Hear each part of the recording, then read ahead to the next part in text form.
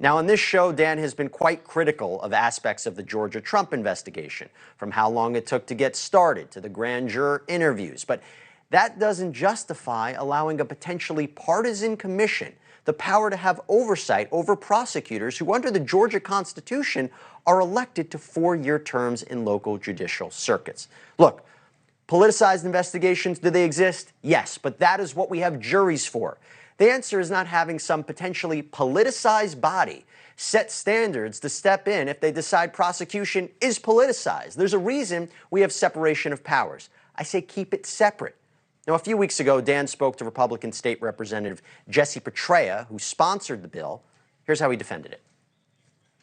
We're trying to focus on public safety, and I think having reasonable oversight on the oath of office of a district attorney and their duties, that's what they're going to be focused on. It would be transparent to the world if this was politicized, and that's not going to be the case. Well, joining me right now for the other side is Shea Roberts, a Georgia State Representative opposing the bill. Good to see you. Thanks for coming on. You agree with anything that State Representative Petraea said? Because you're already shaking your head no. Let me just give you the counter argument, because it could be oversight of district attorneys who hold a lot of power, right, over people's lives. Is that always a bad thing right here? So our laws already have the ability to hold these prosecutors accountable. We have the state bar. We have the ability to impeach. The state legislature can. The attorney general can also prosecute. So this is an extra added unnecessary layer of government that is purely a power grab by the Republicans. But is it premature to think that when we don't know who's going to make up this commission?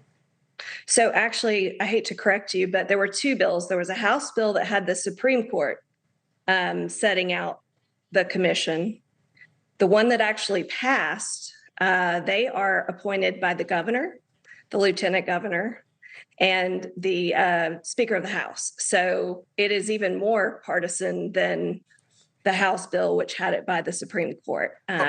So for them to say this isn't going to be partisan is ridiculous. Okay, so the optics look bad, but haven't there been parallel efforts? If you think about it, weren't some Democrats interested in similar measures when it came to Jackie Johnson, who was part of the Ahmaud Arbery investigation? Also, we know former Governor Andrew Cuomo was interested in instilling kind of the similar thing in New York. I mean, doesn't it go both ways?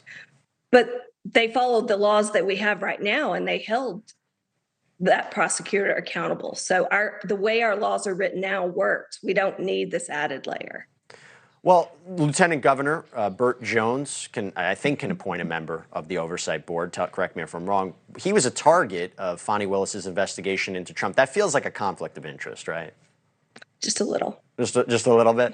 But look, here's the way I look at it. Okay, tell me this. Let's say you have a DA who's not prosecuting crimes.